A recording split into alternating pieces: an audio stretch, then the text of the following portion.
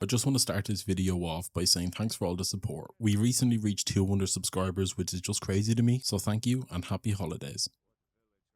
Skyrim is a strange game. There are many dependencies in this game that you might not even realize. Did you know that your character height actually affects your movement speed? If you were to play as a high elf, they are the tallest race, so this would make you just that bit faster. But what if I didn't want to be fast?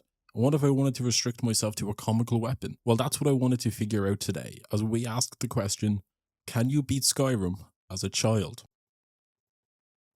This run is quite simple really. I must set my character size to 50% of what it originally is. I must only use the wooden sword as a weapon, and not wear any armour, as what kind of child wears armour? For what might be a world's first, I choose to play as an orc for two reasons. The idea that I'm basically Shrek as a kid, and they have the unique ability of being oblivious for short periods of time, which in turn makes you do double damage while receiving half damage. Going into this run, I did not realise that my movement speed was essentially going to get fucked, so that was a pleasant surprise straight away. I will do your eyeballs a favour and save you the minutes it took me to escape from Helgen with just a few words. Imperial, looting, running, chased, theft, running, drawbridge, running, bear, escape. Honestly, I don't remember if going into this run if I even had a plan or not, but if I did, I'm sure it wasn't the correct plan to have. I take the warrior stone, as I'm sure you can understand that any damage improvement is better than none, especially when my weapon of choice is going to be the sword that couldn't, aka the wet noodle of woodwork. I mark BFB on the map, and over the course of the next 6 minutes, I fuck around with a ribcage I found on my travels, giving it the power of flight and make my way to Whiterun for one simple reason. I am here for my stick of death, which is doing a whopping 2 damage. Double that of the fork, but half of what your fist can do. I went to Embershard Mine to see how I would get on, and honestly I was expecting worse. Now, I am only at level 1, and as you can imagine, level ups won't come that often in a run like this when I do the damage of a spaghetto. Just like my shield only run, taking on 2 enemies at once wasn't actually the easiest task in the world, unlike making YouTube videos.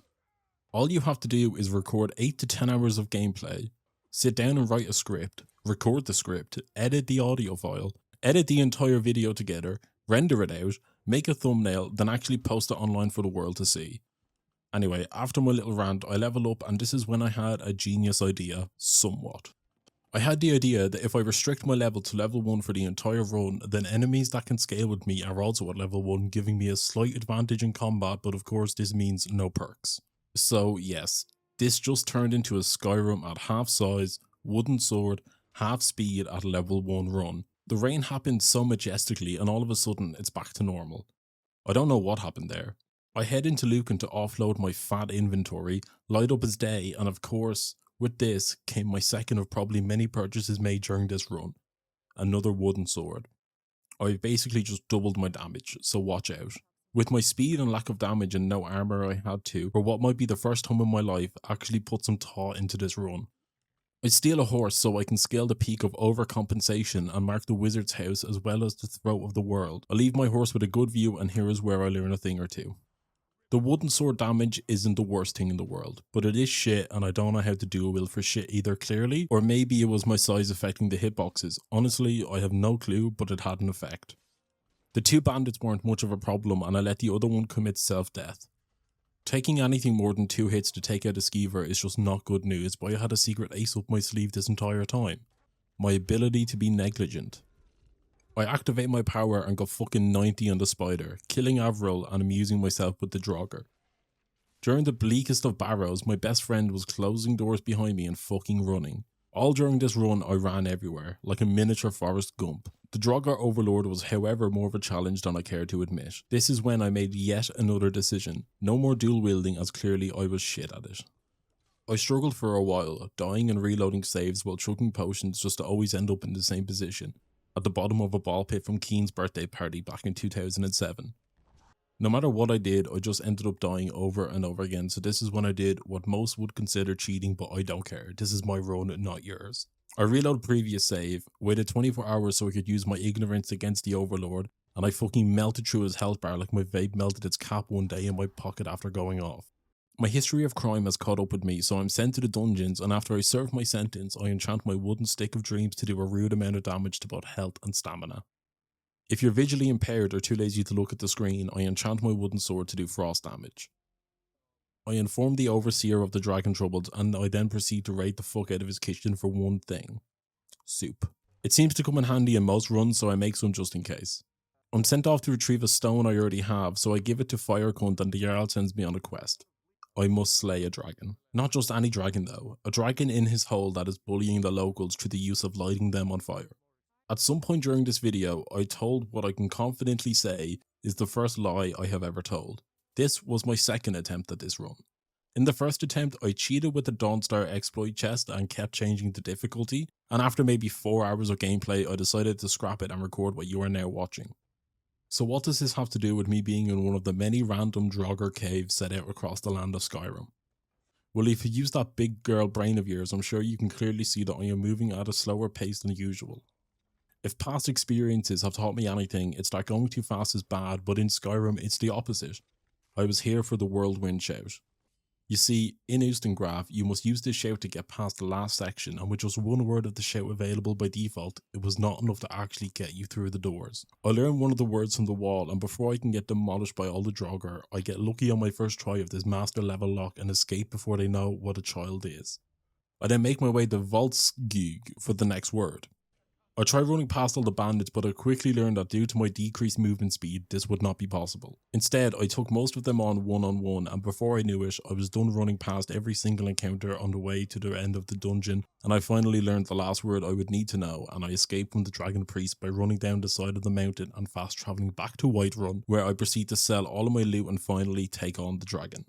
This fight was like no other fight, as in there is no other fight in this game where this exact scenario could happen again, but with my ignorance and toothpick, the dragon falls to the child without hesitation and I am granted the gift of one free crime. I travel to Dawnstar to try get a dragon to spawn, so I wait in the same spot and find out that fucking Firefinger ass has set a bounty on me. Don't worry, we'll get him back. Up in the highest mountains, I embrace the old men as usual. They teach me to go fast shout and they send me to Ustengrav where my destiny is sealed. Back in Dawnstar, I finally managed to get the dragons to spawn in as if they came out of nowhere. The power of ignorance is a strong one, and just like the two dragons are taken down and I'm in Ustengrav. The Draugr, Bandai and Necromancers throughout Ustengrav were of little concern when I was the size of a skeever but had the hitbox of a fully grown male adult. You cannot expect to get something for free without something in return. You couldn't ask the devil for an unlimited monthly subscription to a shaving product brand without at the minimum offering your soul up for the deed. What I'm trying to say is even though I went out of my way to get the gotta go fast shout, I still got fucked. I attempted this for 14, maybe even 15 minutes. At one stage I went to Dragon's Reach to grab a platter because you know what's coming up, or at least you think you do. Skyrim being Skyrim, it doesn't work how you would imagine it to work. I locked myself in between the last door and the second last door, using the big plate as a way to transcend reality as we know it, but I have no fucking idea what actually happened, so watch for yourself. Anyway, we learned that a sentient being has stolen my horn, and if I don't return to the old men with the horn, then what the hell was all this for? Back in Riverwood, I'm greeted by the occult and make small talk with Delphine. She leads me down to her streaming room and tells us the truth. Dragons are just not coming back, they are in fact coming back to life, and because this is a video game, conveniently Delphine knows exactly where the next dragon is going to be resurrected. In the snowy corner on the northeast but west of Morrowind lies Kynesgrove. A shitty little starving village that's comparable to a dumbed down cutaway gag from Family Guy where they have to explain the joke to you because they realise their audience isn't over the age of 48. What I'm saying is this town serves one purpose, to raise a dragon from the dead so we can kill it. I run what is essentially a marathon for someone of my size and I take on the zombie dragon and yeah. Paired with my soup and ability to play on whatever difficulty I want, along with having an adult accompany me on this field trip, we're okay and prove our worth. This is when the going gets going or something like that. We're going to get an Elder Scroll now because I just thought of it and I want to get it done with. A child and a priest walk into an igloo. The child walks out with a quest to retrieve the Elder Scroll trademark. On my way to grab the Elder Scroll, I perform nothing out of the ordinary. I run for my life, do some sick parkour to skip like half of the dungeon. I use the paint remover shout and plummet to the bottom of this shithole. After this is just more running, a touch of fighting, accompanied by more running, sneaking, and then, you guessed it, even more running. I finally get to the Elder Scroll and use the 4 brain cells I have left to complete the puzzle, and I am now armed with a piece of parchment paper. After that fiasco, I improve my wooden sword so much that it's almost frightening. I drench both of my swords in petrol and set them alight so I can do fire damage with these bad boys. I give Malborn all the essentials and we're going to sneak into the Thalmor embassy. I put on my finest attire, which is okay as it provides no armor points, and I talk to Mr. Razorblade, who sets up a distraction for us so we can sneak through the embassy and find out what the Thalmor know about the dragons returning.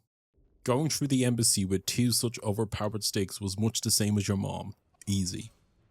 My innate ability to just become a prick at a second's notice allows me to get the jump on basically the first 2 sets of agents you come across, then the rest of the agents could not simply fathom the idea that instead of violence, I chose to pickpocket the key and escape, leaving everyone behind. Back at Riverwood now, we tell Delphine we learned about Esbern, an old Blades member who now lives in the tunnels below Riften and likes to ramble to himself.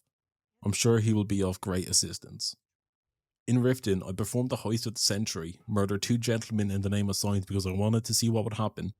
I found a pet rat. I didn't know this was a thing until like right now. I then bribe and pickpocket the barman so he tells me where to find the owl fella. Considering there is only one way to go, that is the way I go. Meeting gold and green people along the way, but because they look different or I look different to them, we fight. I pick up Esbern the only way a child would know, by telling the truth. I let on that I know that he thinks that I know what he thinks, and before I can say hop, skip and pip, we're back in Riverwood where the estranged aunt and uncle can finally perform their last trick. To teach the Dragonborn how to do the one thing I was supposed to do, to defeat Alduin. Turns out that in order to find this out, we need to search for a wall. But not just any wall, no. A wall so magical, so far away from civilization that it may as well not exist. We have to go just under 20,000 feet from Markarth to find this wall. With so many feet to go and me having such little ones, I convince a horse to accompany me in my travels where I effortlessly leave him to die from the dragon and Forsworn. After being left to join the Black Parade, we finally find the magical wall. A shout. God, how did we not think of this? A shout is what is needed to defeat Alduin, but not just any old shout that you can find in the wild, no. This shout is a legendary shout and can only be found by special means. I ask the old men and they direct me to the big boss man in the sky, Optimus Prime. Because this is not my first time here, I just fast travel up the mountain without using clear skies this time, use fire to my advantage and remember about 716 words ago we went and retrieved that scroll. Now is where it comes into use. By reading the scroll, I travel back in time and learn the truth. Alduin was never slayed. He was simply sent forward in time, to my time, where he went from fighting on top of a mountain to giving me a haircut from a tower. Poor fella was probably confused. We learned the Dragon Wren shout so we can force Alduin to land and take him on one-on-one, but it's actually 2-on-1 because I have the other dragon on my side. Fighting Alduin took exactly 3.5 minutes, but at the same time it was less than that. I have underestimated the power of my OP sticks. Granted, I am playing on easy, but how easy can something be when you're at level 1? Alduin is at a minimum of level 10 and I do the same damage as stubbing your toe on the edge of your bed. I am sent on yet another choose your own adventure quest, however the illusion of choice is stronger than that of most quests. I haven't mentioned it yet, but I will now as it is interfering with my plans to save the world. There is a civil war happening in Skyrim. I don't know when it started, we are able to put it to an end but we don't, but the overseer of Whiterun will not let me lure a dragon to a city to trap unless I can get them to press pause on the civil war for like 35 minutes so I can slay Alduin. First I convinced the person who everyone assumes is a Thalmor puppet, and then I convinced the real Thalmor puppet to attend my Zoom meeting about peace. I did everyone, including you somehow, a favour here. I am simply a man. I have about as much time in this earth as a single-use piece of plastic. Maybe, I don't know and I don't want to know. What this means is that I use the command console to speed the game up for the Peace Council, and then I attack the Blades for asking me to kill a dragon, a very evil dragon who has since gone through rehab and is now doing fine. Not better, but fine. Even though I am the size of a Sports Direct mug, I trap a dragon, follow the dragon through the air, and had an idea. I am slow.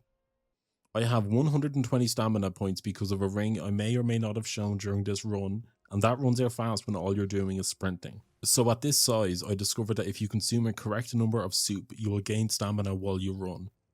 Besides the shitty cunt frost damage which would take away some of my stamina, I was almost able to keep up with the speed of a fully grown person. Skulldolphin consisted of me sprinting past everything and everything and everything some more, solving puzzles that I'm sure if given the opportunity an even smaller child than me could solve, and I use my gotta go fast shout to make sure I make it into Sovngarde and not have to fight the Dragon Priest.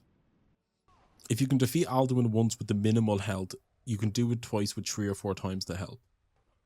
I defeat the firstborn of Macintosh, proving that yes, you can't beat Skyrim as a child. However, we are not finished yet. After I get sent back to Skyrim, I have absorbed Alduin's powers and I have become a giant. I use my giant powers for one thing: revenge.